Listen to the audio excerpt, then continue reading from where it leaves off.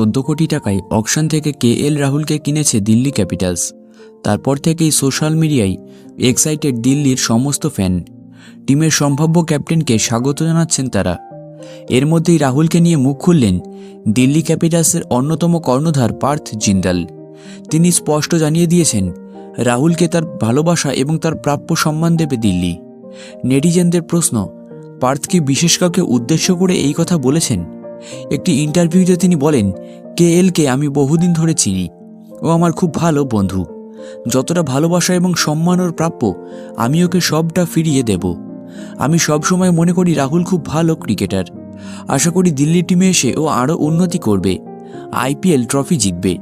তারপর থেকেই নেট দুনিয়ায় গুঞ্জন, তাহলে কি বিশেষ কাউকে লক্ষ্য করেই এই কথা বলেছেন দিল্লি ক্যাপিটালসের কর্ণধার?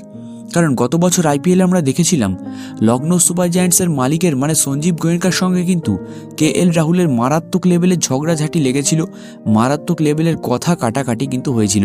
সেখান থেকেই এলএসজির সঙ্গে সম্পর্ক বিগড়ে যায় কেএল রাহুলের। এবং এই বছর তো দেখতেই পেলে যে লখনৌ ছেড়ে টোটালি বেরিয়ে আসলো কেএল রাহুল। এখন সে দিল্লি ক্যাপিটালসের কিন্তু ক্যাপ্টেন হওয়ার প্রায় হয়েই গেছে বলতে পারো, দিল্লি ক্যাপিটালসের ক্যাপ্টেন। তাই হয়তো দিল্লির যে মালিক তিনি হয়তো এই কথাটা এরকম ওনাকে ঠেস দিয়েই বলেছেন যে যেখানে সে সম্মান পায়নি, কিন্তু দিল্লিতে এসে রাহুলকে আমরা প্রাপ্য সম্মান দেব, প্রাপ্য ভালোবাসা কিন্তু আমরা দেব। তো তোমাদের কি মনে হয় দিল্লি কি রাহুলের ক্যাপ্টেন্সিতে উন্নতি করতে পারবে নাকি পারবে না? ভিডিওর নিচে কিন্তু অবশ্যই কমেন্টে জানিও।